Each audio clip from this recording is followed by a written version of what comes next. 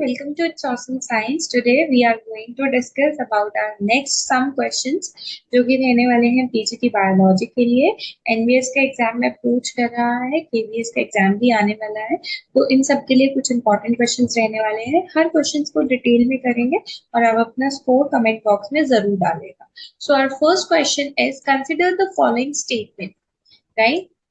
The statement is when a nerve fiber is stimulated. This question belongs to the nervous system chapter, control and coordination chapter, class 11. ठीक है जी। तो when a nerve fiber is stimulated, जब nerve fiber stimulate हो जाती है तो there is profound change is produced in the electrical property of surface bounded and in steady potential, या फिर upon excitation होने से ही the resting potential suddenly changed. It is due to the presence of permeability of any positive ions, या फिर with any positive ion inside the point of stimulation, the positive charge inside the nerve cell increases and the peak is called action potential. So answer क्या correct हो सकता है आपके accordingly? First, second या third? Second और third? First second third and fourth, या first second and fourth? अगर आपने एक्शन पोटेंशियल पढ़ा है तो उसके अंदर सोडियम एंड पोटेशियम आयन का जो रहता है पंप चलता है, ठीक है जी। तो जो आपका करेक्ट आंसर रहने वाला है वो रहेगा 1, 2 एंड 4। डेफिनेटली जब भी एक नर्व फाइबर स्टिमुलेट होती है उससे क्या होता है, जो इलेक्ट्रिकल प्रॉपर्टी है मेम्ब्रेन की वो बेसिकली उसमें चेंज आ जाता है। दूसरा, ये चीज बिल्कुल करेक्ट है कि एक्साइटेशन होते ही रेस्टिंग पोटेंशियल एकदम से चेंज हो जाएगा, और जैसे ही एन पॉजिटिव आयन अंदर की तरफ जाएंगे, जो पॉजिटिव चार्ज होगा वो अंदर की तरफ बढ़ जाएगा और पोटेशियम आयन जो होंगे वो बाहर की तरफ रिलीज होने स्टार्ट हो जाएंगे, ठीक है जी। तो this is the D option is the correct answer. Consider the following statements. Propagation of nerve impulse in a myelinated nerve fiber is different from that of unmyelinated nerve.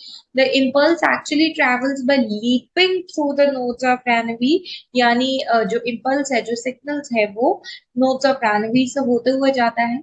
The local circuit occurs at the internodes at each node is boosted to the height by ionic mechanism, या फिर in the rest of the internodes just exchange is not possible. क्यों नहीं possible? क्योंकि myelin sheath जो है वो एक तरीके का इंसुलेटर का काम करता है। इसमें से कौन सा ऑप्शन है जो इनकरेक्ट है? देखिए, सोचिए आप कौन सा इनकरेक्ट होगा। Right, the question is big, I will explain you. Right, 1 and 2 will be correct, और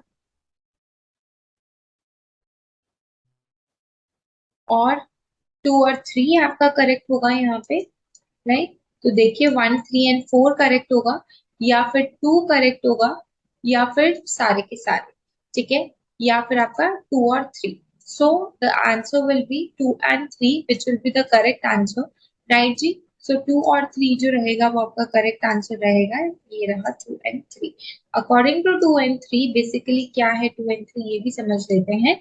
The impulse actually travels by leaping through the rods of Naranvir। अगर आपने नर्व सेल का डायग्राम देखा है तो इम्पल्स जो होता है डेंड्राइट से होते हुए, साइटन से प्रॉपर होते हुए, नोड ऑफ रेनवीर से होते हुए जाता है, बट यहाँ पर दिया है which is an unmyelinated fibre, ठीक है।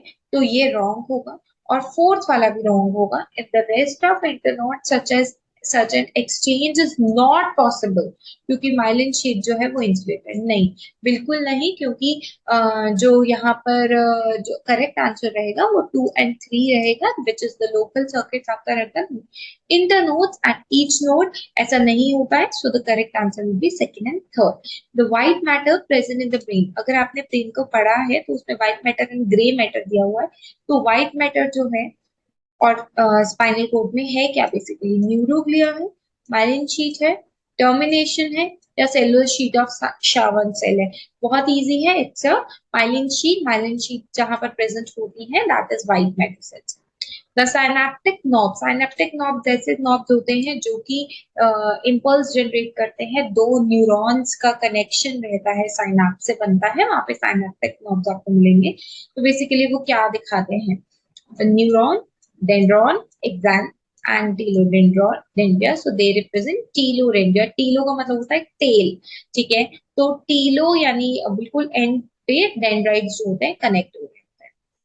The connective tissue that surrounds each individual, ऐसा कनेक्टिव टिश्यू जो कि हम बोल सकते हैं सराउंड कर रहे हैं each individual fibres in the nerve, उसे हम बोलेंगे एपिन्यूरियम, पेरिन्यूरियम, पेरिन्यूरल सेप्टम और एंडोन्यूरम। So the correct answer will be endoneurium. Next question is spinal cord is a long, narrow and almost cylindrical structure that extend from brain to, कहाँ तक extend होती है spinal cord? कोकाइगल reason, कोकाइगल यानी जो हमारी tail bone है वहां तक, सैक्रम रीजन तक। फर्स्ट ल्यूमर वर्टेब्रा, ल्यूमर आपका L1 L2 होता है जो स्पाइन में रहते हैं आपके पीछे बैक साइड में। Last lumbar vertebra, so the correct answer will be the spinal cord goes till the first lumbar vertebra. The segment of myofibril that is attached to the sarcomere, ठीक है। Myofibril it's a fibre of the muscle, ठीक है। तो वो कहाँ तक run करती है? Z line to next Z line, A band to next A band, H zone to next H zone, या एक स्केलेटन से अपोजिट लाइन तक। यस, वन जेड लाइन से नेक्स्ट जेड लाइन तक। नेक्स्ट क्वेश्चन रहेगा जो आपकी एच डिस्क रहेगी स्केलेटन मसल फाइबर में, वो किस वजह से है? क्योंकि वहां पे मायोफाइब्रिल नहीं होती है, क्योंकि वहां पे central gap between myosin filaments in the band, question band, this question will not be here. The central gap between action filament extend through myosin filament in the A band और the बायरेफ्रिजेंस of myosin filaments. इसका answer बिल्कुल ही simple होने वाला है, that is सी। क्योंकि basically होता क्या है ना कि जो सेंट्रल गैप होता है between acting filament extended through myosin filaments in the A band, तो वहां पर आपको एच डिस्क देखने को मिल जाती है। द मसल फटीग यानी एकदम से आपको क्रैम्प पड़ जाते हैं, तो वो किसकी वजह से होता है? क्योंकि आपकी बॉडी में एसिटाइलकोलाइन रिलीज हुआ, लैक्टिक एसिड, एड्रेनलिन, क्या नाम है इसके अंदर? आंसर रहेगा लैक्टिक एसिड, जिसकी वजह से क्रैम्प्स पड़ने शुरू हो जाते हैं। आप एक टाइम तक भागते हैं और एकदम से क्रैम्प्स पड़ने शुरू हो जाते हैं और आप ही आगे भाग सकते हैं, राइट। अगर अभी तक आपको क्वेश्चन समझ में आ रहा है तो प्लीज चैनल को लाइक एंड सब्सक्राइब करना मत भूलिएगा। Myosin bridges can be prevented from combining actin by two regular protein in the resting muscle by, अगर हमें मायोसिन ब्रिजेस को बनने से रोकना है तो हमें दो प्रोटीन्स को जो रहेंगे उन्हें बेसिकली रेस्टिंग मसल पे होना चाहिए। तो वो कौन सा प्रोटीन रहेगा? Troponin, myofibril, troponin or tropomyosin, natural inhibiting protein. The correct answer will be troponin and tropomyosin. Both are important.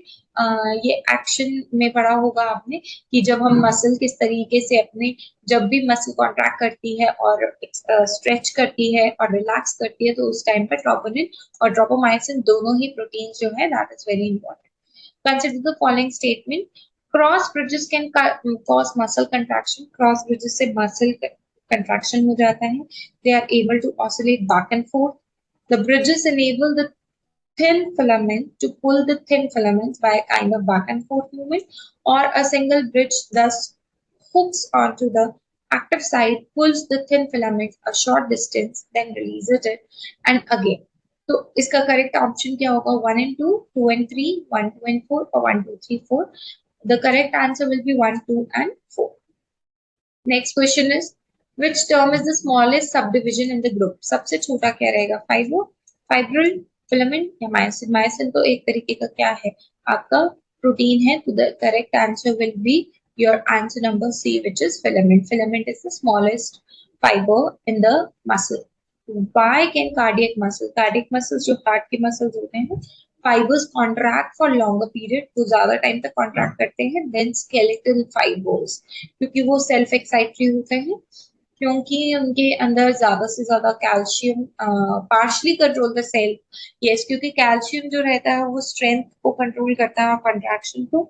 Cisternae of T tubules are more developed, नहीं ये नहीं है। करेक्ट आंसर आपका सिंपल हो जाएगा, क्योंकि वो सेल्फ एक्साइटरी होते हैं, ठीक है, इनवॉलेंट्री होते हैं, इस वजह से वो ज्यादा टाइम तक काम करते हैं। स्केलेटल फाइबर्स आपके वॉलेंट्री मसल्स होते हैं। इसमें से कौन सा ऐसा है जो ट्रू नहीं है?